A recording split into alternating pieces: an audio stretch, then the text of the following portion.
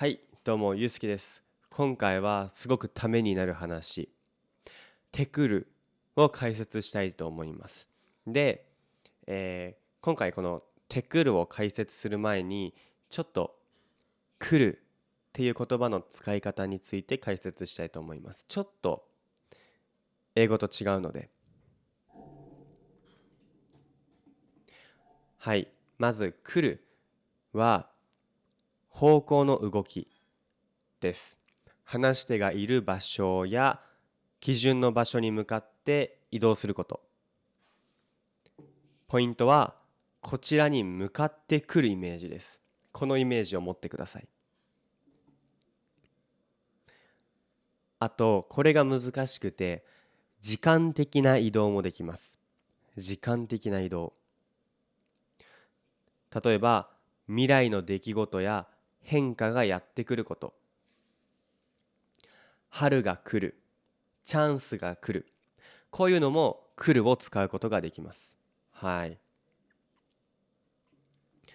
つまり、時間や状態がこちらに到達するイメージ。わかりますか？このイメージをまず皆さんに持ってほしいなと思います。そして今からてくるを解説したいと思います。例えば、行ってくる、戻ってくる、食べてくる、イライラしてくる。こういうのもこのイメージを使って解説したいと思います。はい。まずは最初のイメージ。こっちに近づいてくる動作のイメージです。例えば、子供が笑いながら走ってきた。自分の方向に子供が笑いながら走ってきた。他にも、犬が急にこっちに飛びかかってきた。飛びかかるで、ジャンプするみたいな感じなんですけど。で、飛びかかってくる犬がね。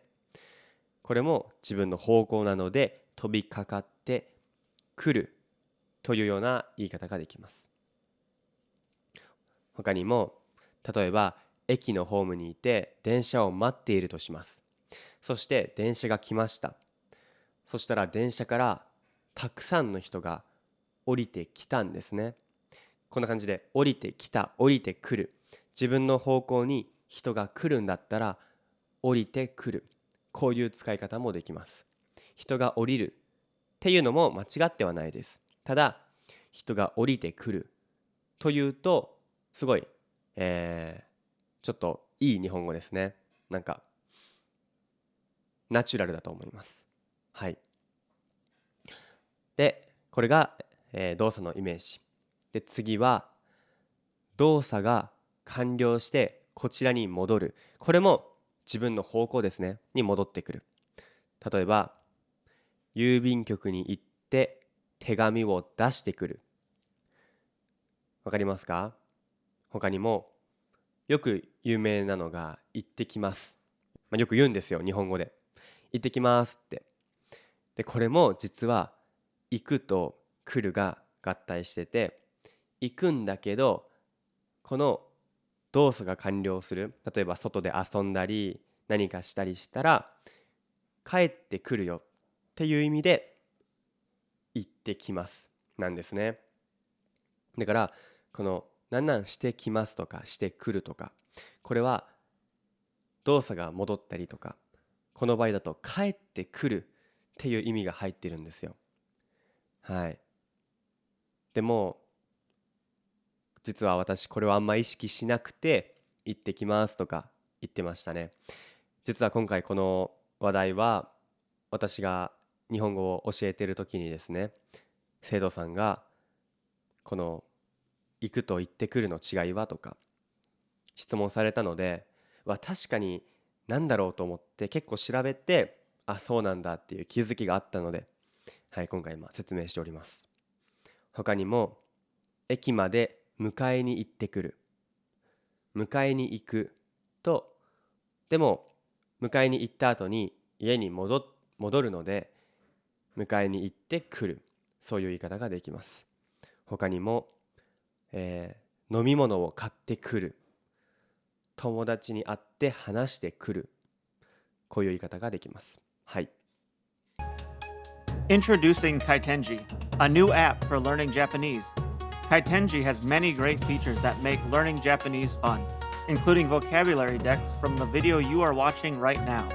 Please visit kaitenji.com and join our Discord. Links are in the description below. 次は過去から現在までの流れや変化が進んで今の状態になる。これにも来るを使うことができます。これはぜひ覚えてほしいですね。皆さんも使えるので。例えば、日本語を3年間勉強してきました。日本語を3年間勉強してきた。これにも来るを使うことができます。皆さん、日本語を何年間勉強してきましたか？自分の言葉で答えてほしいなと思います。他にも、この会社で10年間働いてきたとか、こういう過去から現在までに至ることを来るを使って表現することができます。他にも変化が進んで今の状態になる。これは雨がだんだん強くなってきた。変化が進んでるんですね。雨が少しずつ降ってきて、で今雨が降ってると。そういう時に変化が進んで今雨が降ってる。だから雨がだんだん強くなってきたという言い方もすることができます。はい、そして物価が上がってきた。こういう言い方もできます。物価が上がってきた。今の日本ですね。物価はどんどん今上がってるんですね。で、今も物価が高い、こういう状態になった。そういう時に物価が上がってきたので生活が大変だという文章だったり、あとは、最近夏が長くなってきた。これは分かんないんですけど、私が思うことで、なんか暑い期間が長いんですね。毎年毎年どんどん暑くなってるなっていうのは思うんですけど、こういう時に暑くなってきた、夏が長くなってきたとか、こういう来るを使うことができます。そして最後、これは意識せずに自然に出てくる系です。どういうことかと思うかもしれないんですけど、感情だと思ってください。感情も来るという言葉を使うことができます。例えば、嬉しくなってきたとか、腹が立ってきた。腹が立つっていうのはイライラしてくるっていう意味です。なので腹が立ってきた。他にも不安な気持ちが大きくなってきたとか、こういう使い方ができるんですね。涙が止まらなくなってきた。感情にもこの来るという言葉を使うことができます。はい。結構この状態とか感情とか、こういうのに来るを使えるのは知らない人は多かったかもしれないですし、結構難しいです。